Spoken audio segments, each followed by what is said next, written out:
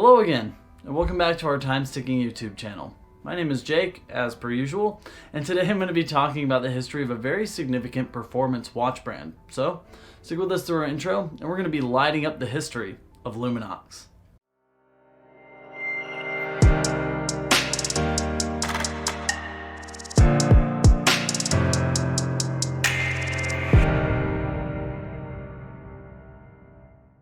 Now, Luminox is a profoundly recognizable name in modern watchmaking.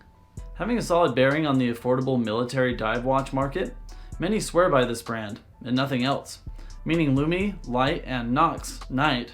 Each of their watches is pretty far from being just a night light. With tritium-filled tubes on the dial and hands, these watches are quite literally radioactive. Hydrogen-derived, tritium is a radioactive isotope that keeps these watches luminescent both day and night. This isotope is paired with a phosphorescent paint job, which causes the reactionary glow these watches were named for.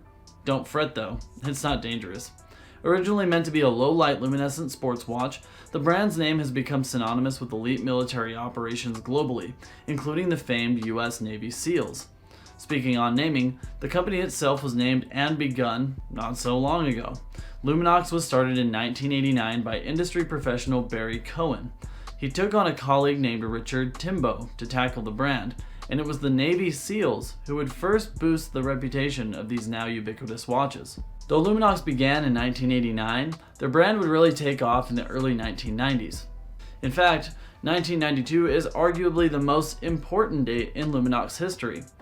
Cohen and Timbo's brand was on full display at an industry expo when now retired Nick North, the officer in charge of procurement for the SEALs, came across Luminox. Their watches were put to the test with the SEALs R&D department, alongside other watches, to determine their ability to perform in the field. When the dust settled on these tests, Luminox stood out against every other competitor. By 1994, Luminox released its famed 3001 watch.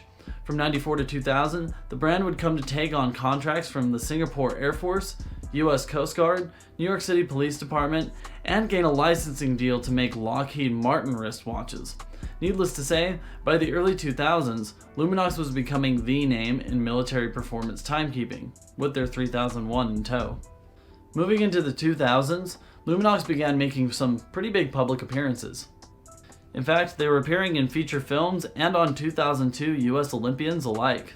They also opened brand-exclusive stores in Japan, further building their reputation as a globally appealing, tough-built watch. However, it was in 2006 that brothers Ron and Andre Bernheim, owners of watch manufacturer Mondain Watch Co., took 50% of Luminox under their wing.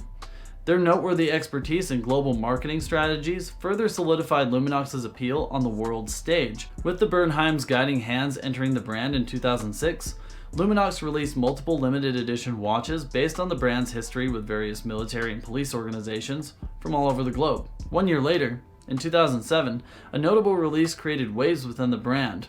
The release of their Color Mark series set a new bar for their watches by introducing an extra hardened mineral crystal registering at 550 to 650 Vickers and a carbon compound case.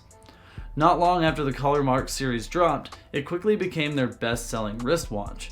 This is not a surprising fact, considering how much the Color Mark watches pay homage to their original SEALs predecessors, the 3001 line.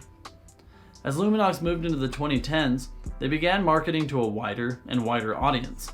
With endorsements from counter-terrorist officials and private adventurers, the company, with their color marks out in full force, continued to build mass appeal. With the Bernheim brothers effectively helping with global distribution and diversification, Luminox continued to build watches for land, air, and even space.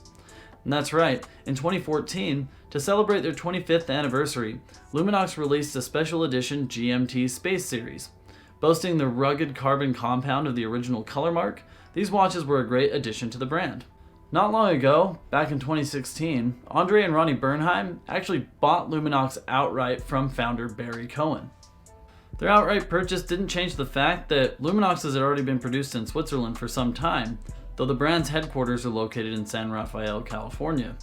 By 2017, there was an introduction of a Swiss-made law in Switzerland, which Luminox still upholds in its movement constructions today, even though some of the production happens elsewhere. As Luminox moves into the 2020s, the Bernheim brothers will very likely have some pretty big plans for this juggernaut brand. And no matter who ends up owning Luminox down the road, one thing is clear, they're not going anywhere anytime soon. Whether one has a Bear Grylls special edition, a space watch, or even a classic SEALs watch, they're equipped for rugged exploits. And if things get too rugged, all history considered, it's still worth consulting a watchmaker for upkeep. So what are your thoughts on Luminox, both their popularity and their styles? Let us know in the comment section below. We always love to hear feedback about our subject of the day. Wow, thanks again for watching our YouTube video today. If you've really enjoyed it, we actually have a couple more videos available just right here and right there. On top of that, our entire channel is at your disposal, and if you subscribe by clicking the link that's right next to me, we'll give you the latest update on our most recent videos. So, thanks again for watching, and we hope to see you again.